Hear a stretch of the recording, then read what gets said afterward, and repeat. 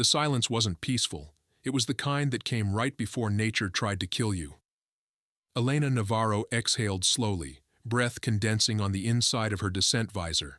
The capsule rattled around her like an angry coin dropped down a drainpipe. Through the reinforced viewport, Kale 7 loomed below, a dark slate world with a twilight ring that wrapped it like bruised silk. They said it had 500-hour nights. They hadn't mentioned the screaming. The capsule systems pinged softly, confirming orbital drop parameters. Atmospheric entry in T-20 seconds, the machine said in a polite voice, like it wasn't about to throw her into a frozen death marble wrapped in solar denial. She flexed her fingers. The gloves were thick, clumsy. Not military issue, not Federation gear. Human-made, Earth-tested. Primitive, according to the others. She was the only human in this ridiculous interstellar survival exchange program, the only one dumb enough to apply twice and smart enough to pass the psych exam. Her survival suit creaked. It wasn't designed for this kind of cold. Not really. The Empire's species had fancy climate armor, nanoweave thermoregulators, multi-phase energy gels. Elena had neoprene, grit, and a lighter, and a plan. The descent hit hard, crunching her spine into the seat as the capsule screamed through the exosphere, friction blooming fire on the edges of her vision. Artificial gravity did its best impression of a mule kick before finally cutting out. The pod bounced once on the planet's icy crust before skidding to a halt. Silence returned. No birds, no wind, just frost crackling under the hull and the long, slow moan of the planet exhaling centuries of stored cold. She unbuckled. A quick systems check showed her HUD still worked, barely. Power supply, 17%. No solar. Batteries would last a few hours if she was lucky. She climbed out, boots hitting the ground with a crunch that vibrated up her bones. Kale 7 stretched into endless shadow. The horizon glowed dimly like the last candle of a dying civilization. She looked up. No sun. Just stars, pale and shivering, as if even the constellations were freezing. Elena scanned for signs of the others. According to briefing, there were 10 cadets, various species. Most of them were taller than her, stronger than her, genetically engineered for this sort of thing. She saw no lights. The air burned her lungs in reverse. It was so cold it hurt to breathe. The HUD said it was negative 110 Celsius. She took a long breath anyway. She needed to stay calm. Think like a survivor, not a tourist. A soft chime pinged in her earpiece. Cadet Navaro, a voice crackled. This is Unit Commander Vcon of the Harkthi Combine. Do you read? She tapped her mic. Loud and freezing. I'm planetside. You are approximately 3.4 kilometers from Base Camp 1. Proceed with urgency. Understood, she said, already moving. The snow wasn't soft. It was like walking through shattered glass. Not snow at all, crystallized hydrocarbon particulate that crunched underfoot with knife-like edges. It didn't melt, it cracked. Whatever ice existed here didn't follow Earth's rules. That was fine. She didn't follow most rules either. She trudged forward, each step a battle against numb legs and biting wind. She passed the smoking shell of another descent pod, empty. Someone had landed nearby and already moved. She hoped they had gear. She hoped they weren't arrogant. Because the thing about long nights like this, nature didn't care how advanced your tech was. Fire always won. Her breath slowed as the elevation dropped. A jagged ravine cut through the terrain ahead, lined with pale crystalline outcrops that hummed faintly in the stillness. She scanned with her visor. The crystals weren't just natural formations. They were alive, at least in a molecular sense. Semi-stable, potentially combustible, volatile if compressed. God bless unstable geology, she whispered. She'd seen it in the briefing documents that no one else read. Elena knelt beside one of the formations, carefully scraping it with a metal blade. Sparks jumped. Oh yes, combustible indeed. She collected a handful and pocketed them in her thermal pouch. If she could get dry insulation and a decent fuel base, these things might burn hot enough to keep her alive. She stood and pressed onward. 10 minutes later, a weak blue glow shimmered ahead. Base Camp 1. It was a joke, a scaffold of translucent plasteel struggling to stand against the wind. Inside, 6 cadets huddled beneath their adaptive field tents, still trying to figure out why the temperature regulators weren't functioning. A voice barked out as she entered. "Human, you arrived late." Elena turned. Vcon stood near the scaffold's central pylon, arms folded. Tall, reptilian, cloaked in dark fractal armor. His eyes were yellow slits of condescension. "You're lucky I didn't freeze," she replied. "This place makes Antarctica look like a summer retreat." He ignored the sarcasm. "Your gear is insufficient. That is not regulation armor." "It's human armor," he grunted. "Obsolete. Cheap. There's a difference." She ignored him and looked around. One of the cadets, a frog-like Etriac, was curled up in the corner, suit flickering with error codes. Another was shivering violently despite the tech layers. "Where's your heat source?" Elena asked. Vcon gestured. "We await solar recharge." She stared. "Recharge? You realize it's going to be 3 weeks before the sun even peeks over the horizon?" A pause. "We assumed the system had buffer storage." "You assumed wrong." She turned on her heel and walked outside, back into the cold. They'd die if they waited.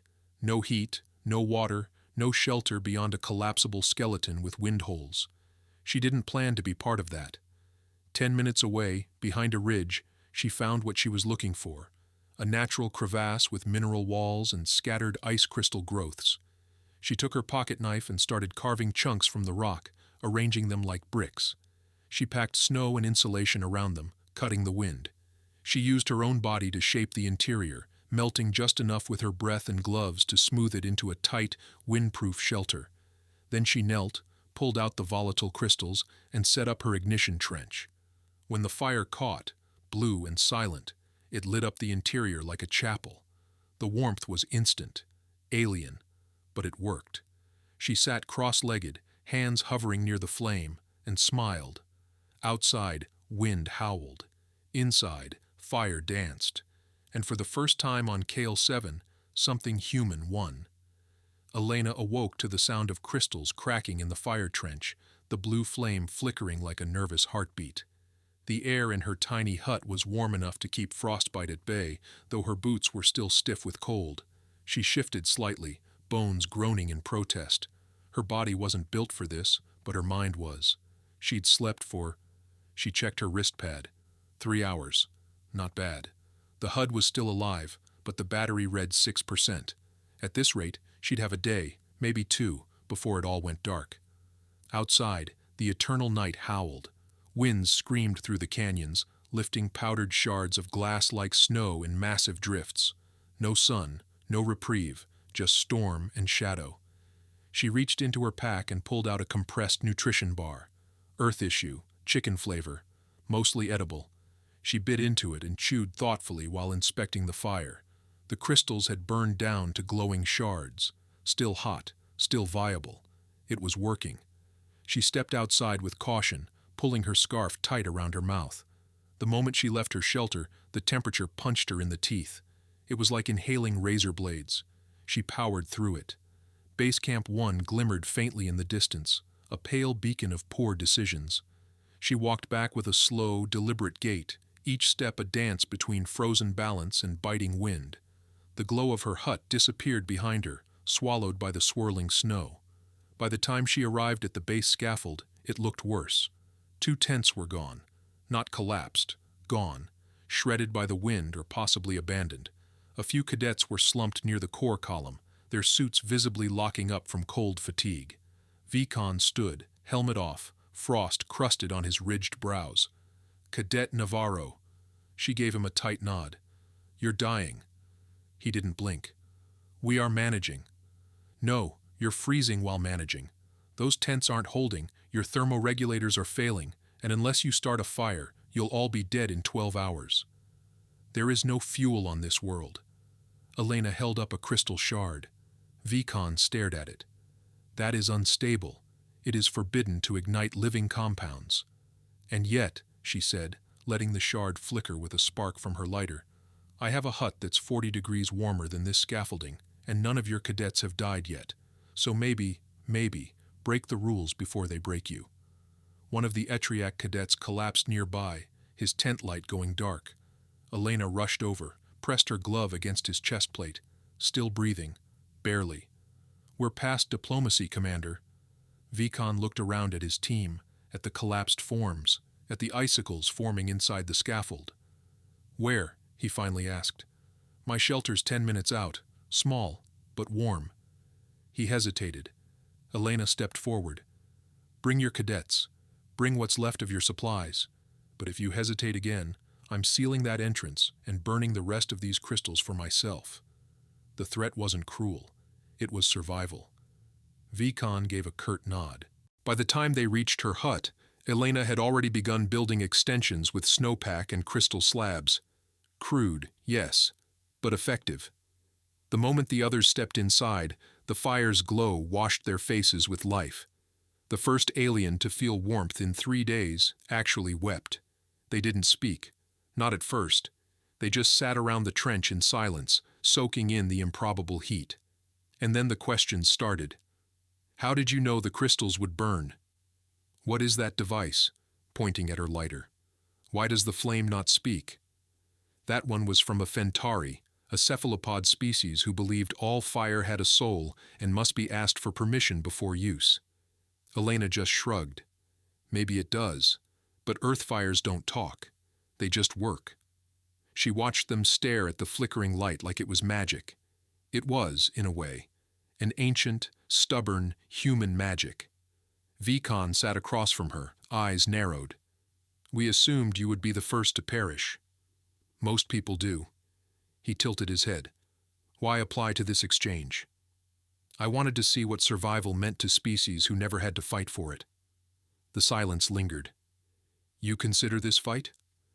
"Everything about your design," she said, sweeping her hand around at the armor, the failing tech, "relies on the world agreeing to play nice." "And humans?" "We expect the world to be a bastard, and we prepare accordingly." She reached for a pack, pulled out 3 more crystals, and fed them into the fire.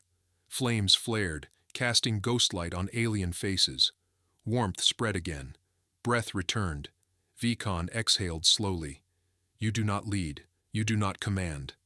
I survive. If you want a title for it, pick one." He nodded once, slowly. "I think the word is firekeeper." Elena blinked. "That's new. You earned it." Around her, cadets leaned closer, not just for heat, but for understanding, for something they'd never been taught in simulations or field manuals. That survival wasn't about who had the best tech. It was about who lit the first flame. Elena wasn't sure when the conversation stopped and the heavy silence returned. Maybe it was after the second wave of cadets arrived, dragged in like half-frozen statues by the few still standing. Maybe it was after she lit the second fire trench, feeding more of the blue-burning crystal shards into a hastily dug pit. Or maybe it was when the storm outside changed pitch, when the wind began to scream. She could hear it over the hut's walls now, a pitch-black howl that seemed less like weather and more like a warning. The alien cadets huddled close to the fire, their glowing armor dimmed or offline, their faces pale with exhaustion. Even Vcon, ever rigid and composed, sat with his arms tucked close, gaze unfocused. Every now and then, he'd glance at Elena, watching. "What's the record for longest planetary night?" Elena asked aloud, voice dry from smoke and cold.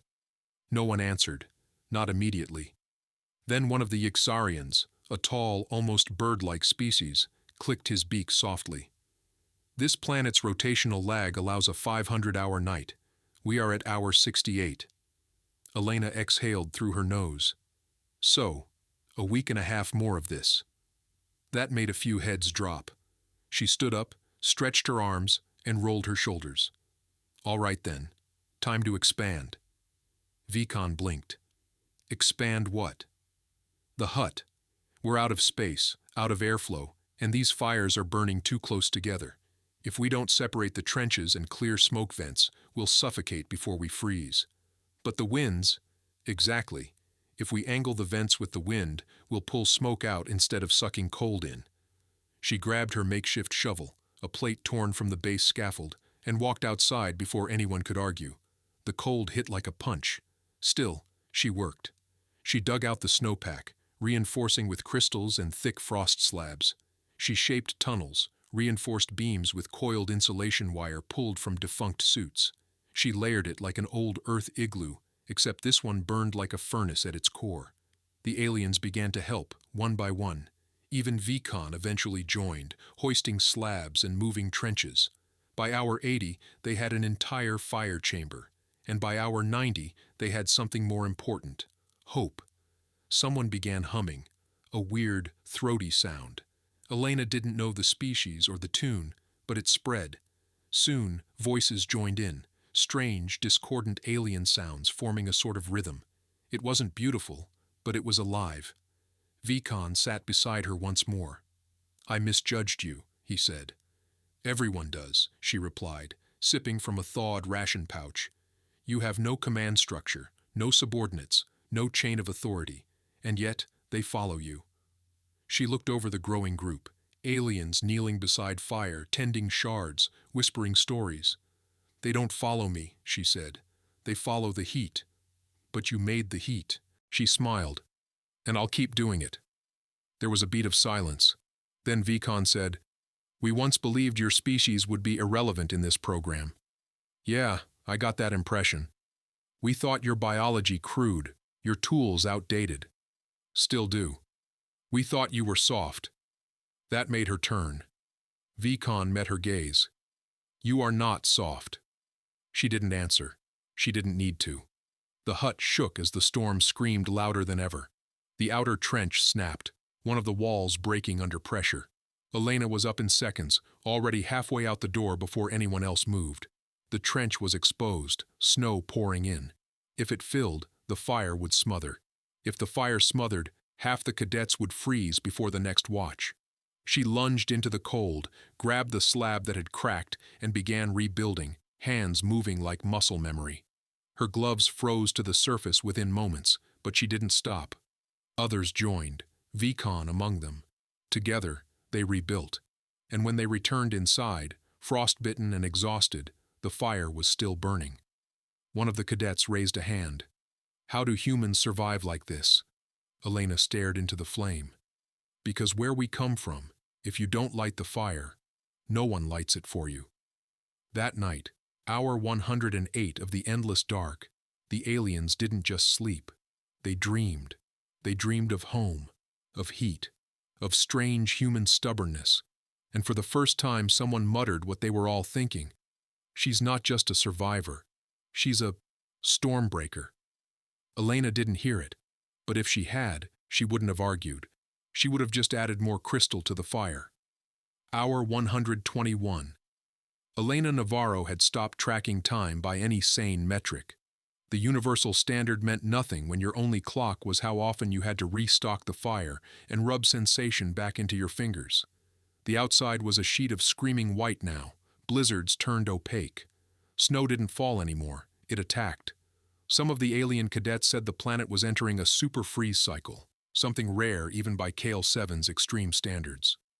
Inside the expanded shelter, warmth flickered across frost-bitten cheeks and faces half-wrapped in makeshift scarves. The fires burned lower now. The crystal shards were running out. Even after raiding the nearby terrain during calmer moments, Elena knew the supply wouldn't last. 5 hours, maybe 6, she muttered, crouched beside a fire trench. Then this whole igloo turns into a cryopod. The room was quiet. Most were trying to sleep, or at least pretend. But Vcon was awake. He stepped beside her. "We found some of the ice crystals you use, a vein under the collapsed ridge. Hard to reach, but possible." "How hard?" "Enough to lose a few limbs, maybe more." Elena stood, brushed her knees. "Then I better go before anyone else volunteers." "You should not." "I'm the only one with a thermal core that still works. And I've been watching this storm pattern. We have a window. 20 minutes. 30 max." Vcon hesitated. "You will freeze."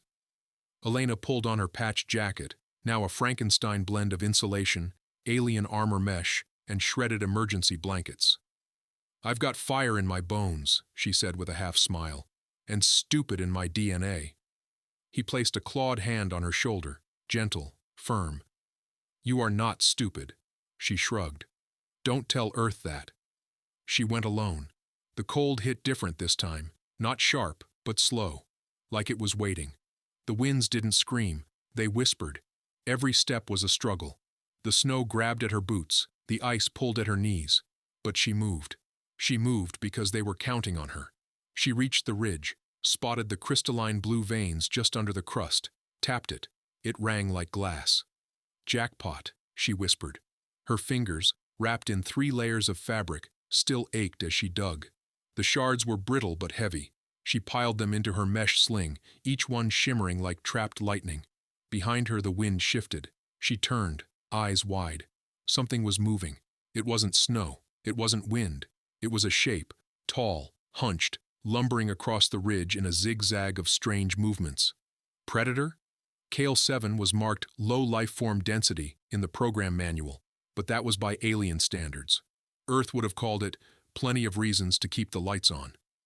She backed away, slowly. The figure stopped. Its eyes glowed faintly, yellow, set wide apart. It sniffed the air, then twitched, and it moved again, toward her. Elena bolted. Her legs burned. Her lungs felt like ice was scraping the insides. She clutched the crystal bag tight, running down the slope like gravity owed her a favor. She didn't look back, didn't need to. She heard it, long claws dragging against the ice, something shrieking behind her, not a roar but a scrape, like a blade pulled from a frozen sheath. She dove into the trench, rolled, slid into the shelter like a meteor. The others stared. She dropped the crystals, gasping, half frozen but smiling. I brought dessert. They didn't ask about the thing in the storm. They didn't have to. The scouts on perimeter heard it that night. Something moving just out of sight. Something watching. No one spoke about it directly, but the tension settled in the air like frost. Elena spent the next 6 hours rebuilding fire patterns, redirecting airflow, and mixing oxygen from busted filtration units. She didn't sleep. Vcon watched her from the shadows. At one point, he asked quietly, "What was it?" She shrugged. "Big, ugly, not friendly." "Will it return?" "If it does, we'll be warm." "You joke in the face of monsters?" She met his eyes. "I'm human. That's how we beat ours." Hour 156. The cold had changed. It wasn't deeper. It was different. Less biting. More distant. And then they saw it. Just barely. A glow on the horizon. Not fire, not lightning. Sunlight.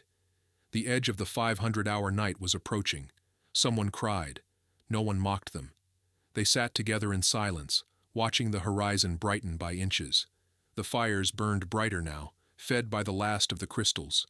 Everyone pressed closer, but it wasn't for heat. It was for memory.